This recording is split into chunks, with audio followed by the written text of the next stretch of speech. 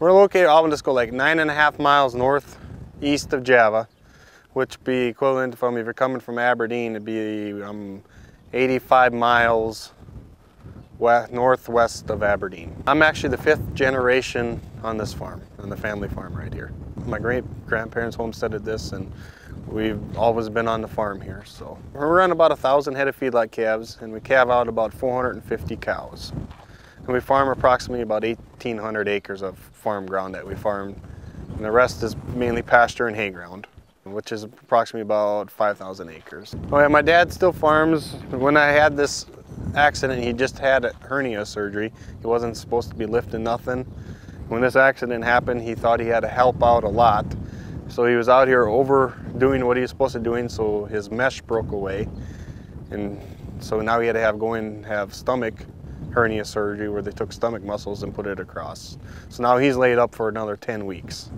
He was the guy that always sat in the tractor with the drill too. And I always stayed home with the cattle and did the cattle chores. My left sleeve got hooked up into this chain here, and I was caught in here.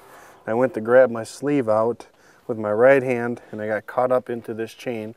And it took me up and around to about here is when my fingers finally broke off, and I was able to pull my arm back down through here, through the bottom of it.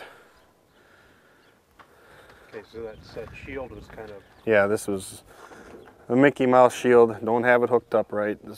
The strap is broke off, so I just have it on with wire, and I was getting it straightened out and around to get back on when my left sleeve got caught up in there. I can't grip or grasp on nothing.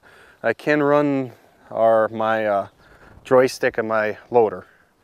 I mean, it's run by my thumb, so I'm able to do that. So that I can do right now, but that's about all I can do right now with it, just be able to run my thumb and push a lever with my hand right now. So it's a lot easier with fingers, I know that. I heard Farm Rescue from the North Central Farmers Elevator in Java, South Dakota. Otherwise, I knew nothing about it. They're the ones that nominated me for it and stuff. So that's how I found out about them.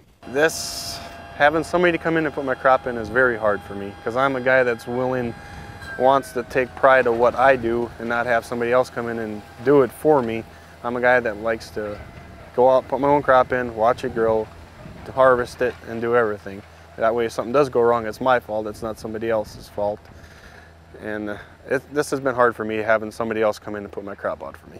After my accident happened, I found out about a neighbor from here that actually Farm Rescue came in and helped. I'd say it has to be about 3 years ago.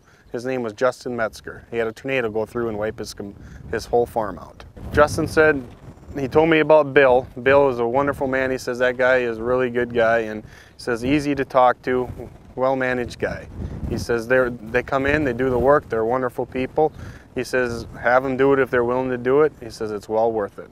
Don't be stressed out about that you can't do it yourself. He says just let them come in, let them do it. That's what they're here for. I really appreciate this. This takes a lot of stress off of my chest for this spring to be able to have somebody else come in and put my wheat out for me, in which they also are going to come in and put my soybeans out for me too. So it's less stress on my behalf finding somebody else to have to come in, hire it done, and these guys actually come in and are willing to help me out for nothing. So it was very good plan, very good for Farm Rescue to do this for me. And the sponsors that sponsor it, their money is really well spent doing what they do.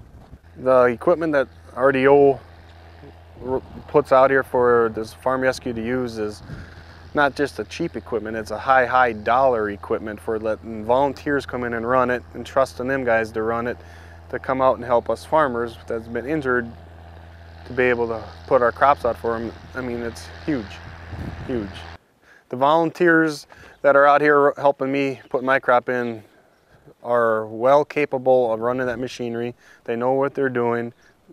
You can tell they've run equipment before. It's not no city slicker coming out and just sitting in the tractor and wanting to just run it.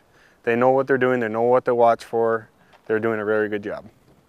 Right now, in about, 3 weeks from now, I'm gonna have another surgery on my thumb. I can only move it up and down. I don't have the pinch motion in. So there's a tendon left from this one finger.